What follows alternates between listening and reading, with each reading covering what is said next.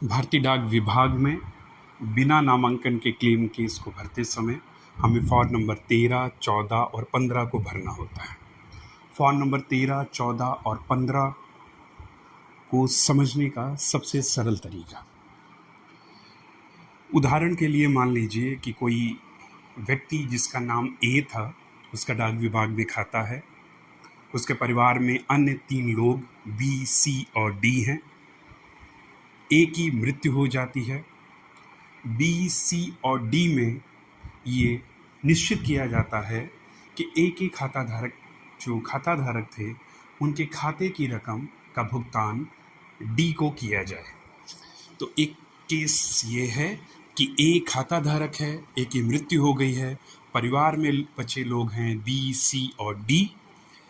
चयन ये किया गया है कि भुगतान डी को होगा।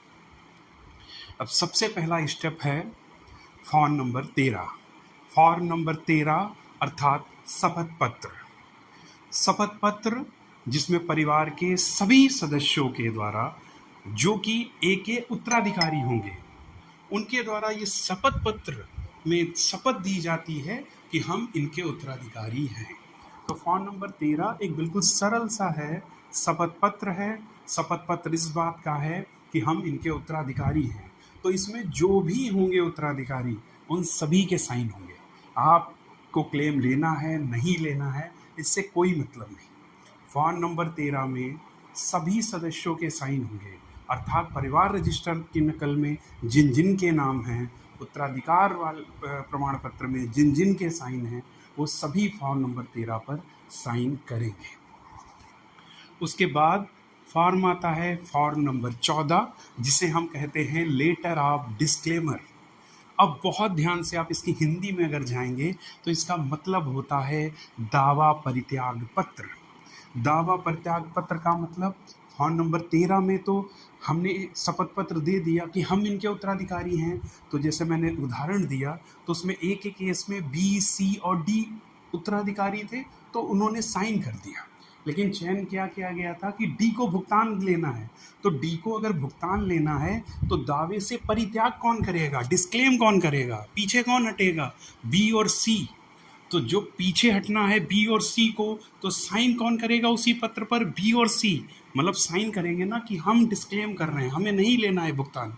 तो फॉर्म नंबर 14 जिसे लेटर ऑफ डिस्क्लेमर कहेंगे, उसमें वो साइन करेगा जो डिस्क्लेम कर रहा होगा। जो क्लेम करेगा वो साइन नहीं करेगा। साइन कौन करेगा, जो डिस्क्लेम करेगा, अर्थात जो पेमेंट नहीं ले रहा होगा। पेमेंट ले कौन नहीं रहा होगा, दावाकर्ता को छोड़ के से सभी लोग, अर्थात पूरे उत्तराधिकारी में जितने भी टोटल हायर्स हों, परिवार रजिस्टर की नकल में जितने भी लोगों के नाम हो, उसमें आप क्लेमेंट को छोड़ दीजिएगा, दावाकर्ता को छोड़ दीजिए, बाकी सभी लोगों के साइन फॉर्म नंबर 14 पर होंगे। उसके बाद स्टेप बाय स्टेप चलिए। फॉर्म नंबर 13 पे सभी लोगों के साइन हुए। फॉर्म नंबर 14 पे दावाकर्ता को छोड़ के सभी लोगों के साइन हुए, डिस्क्लेम हो गए, सभी लोग हट गए। अब बचा कौन, दावाकर्ता आ जाएगा। फॉर्म 15 के तहत दावाकर्ता के साइन होंगे और उनको पेमेंट दे दी जाएगी। अब आप सोचिएगा, इन तीनों प्रोसेस में फाइनल पेमेंट का टाइम जब आया है तो फॉर्म नंबर 15 का प्रयोग किया जा रहा है। सिक्योरिटीज़ लगा के हम पेमेंट की बात करेंगे। तो जो सबसे बड़ा है लेटर ऑफ इंडेमनिटी, जिसे फॉर्म नंबर 15 कहेंगे, जिसमें हम केवल दावाकर्ता के साइन बना के उससे पेमेंट करेंगे। तो सबसे बड़ा स्टाम्प पेपर जो होगा वो यही का बनेगा। आप अपने सर्किल वाइज देख सकते हैं कि स्टाम्प की रेट क्या होती है। उत्तर प्रदेश सर्किल के लिए 100 रुपये है, बाकी फॉर्म नंबर 13 और 14 10-10 रुपये में भरे जाते हैं। तो फॉर्म नंबर 13 और 14 10-10 रुपये के स्टाम्प पेपर पर, फॉर्म नंबर 15 100 रुपये के स्टाम्प पेपर पर आपको लगा के भरने हैं। तो गुत्थी सरल समझ में आ गई होगी।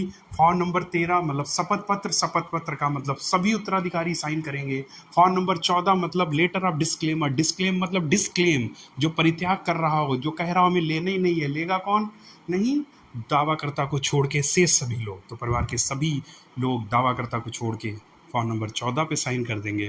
फॉर्म नंबर 15 पर केवल दावाकर्ता साइन करेगा और पेमेंट ले लेगा।